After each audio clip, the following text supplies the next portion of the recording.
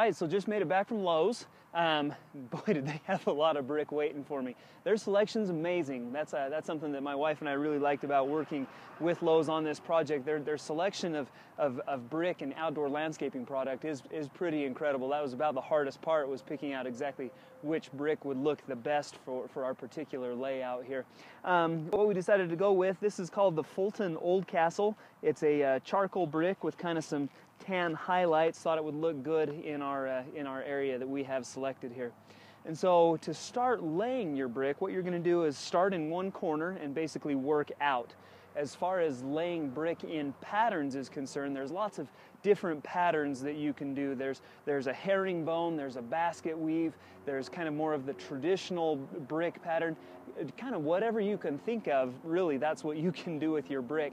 I thought it would be kind of cool if we kind of combined two of them. I wanted to do kind of a herringbone with kind of the more traditional kind of staggered overlay type thing, trying to basically, you know, draw your attention to the center where we're going to have our fire pit built. And so to do that, you can see that I've started here in one corner, and then just really simple, I've got some guidelines here. I pushed this one out of the way so that I could have a little bit more room to show you how it's to be done. But basically, you know, really easy. As you go, you want to leave about a quarter to an eighth of an inch between your bricks. What we're going to do as soon as I'm done getting this all laid out, we're actually going to fill these cracks in with sand. What that does is that locks the bricks into place and keeps them from moving. And so again, to do the herringbone pattern, what I'm going to do is I'm going to stagger every other brick at a 90 degree as I work out from the corner. And so you can see that I'm going to have kind of a zigzag pattern here, but then if we can zoom out a little bit, you can see that I've actually started already in another place. And so we're going to get into kind of more of the traditional brick pattern. Now, as you go, again, it's important that we stay level. So I've still got my level here. Every now and then I'll drop that on there just to make sure that, you know, as I've been laying the brick, that it maintains this, that it stays level and even. If you do by chance have a brick that sits higher than the others, you notice these areas that start to get off, the rubber mallets work really well for that. This has kind of become my best friend out here as far as making things look flush, look even. You know, if it needs a little bit of persuasion to go down, just a couple taps tends to level that out a little bit.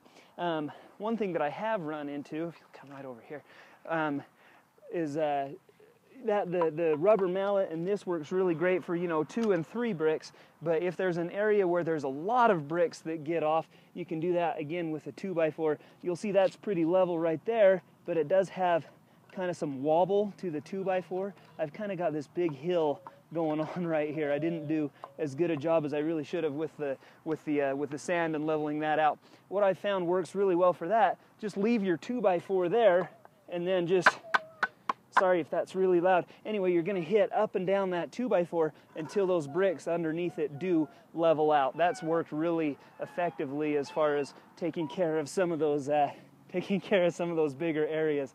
And so starting from one corner, I'm working to the other corners, and then I'm basically going to fill from the outside in, and then that's where we're going to start the fire pit construction from there. And so as soon as I get this done, we'll pick the video back up again. We'll show you how the fire pit's to be done. And so the next step with all of this is going to be to set my pavers in place. Right now, you know, there's still a little bit of wiggle room. I don't want that to happen anymore. What you're going to do with that, you can see I've already kind of started over here. You buy this paver sand, and this stuff's pretty neat actually. They sell it down at Lowe's again in these big 40-pound buckets. You can see that it's paver set polymeric sand. And what this does, it's sand with some additives in there that when you get it wet, it actually sets into more of a mortar rather than just sand. You can use loose sand, but keep in mind that regular sand will wash away. It doesn't do as well under, you know, freezing and fluctuating temperatures. Wind can carry it away, things like that. And so with this polymeric sand, it's designed to minimize those effects of the wind, the rain, and so on. And so what you're gonna do, I would recommend following the instructions on the can. It did say to put it in a bag, cut a corner, be very precise with how you lay it down. That was going to take way too much time. And so what I've done instead is just kind of dump it out kind of in piles along the joints, and then grab my broom, and then you're just going to use the broom to push it around until it gets down into all of those joints. Kind of the quicker way, but it's important, and it mentions this on the paver sand instructions, that it will stain your brick.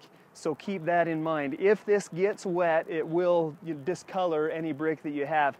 And so knowing that, what I plan on doing is I'm going to get the paver sand all in place between all of my bricks, and then come out here with a leaf blower, and I'm just going to blow off kind of the dust that's sitting on top of my bricks to get them back to that original color.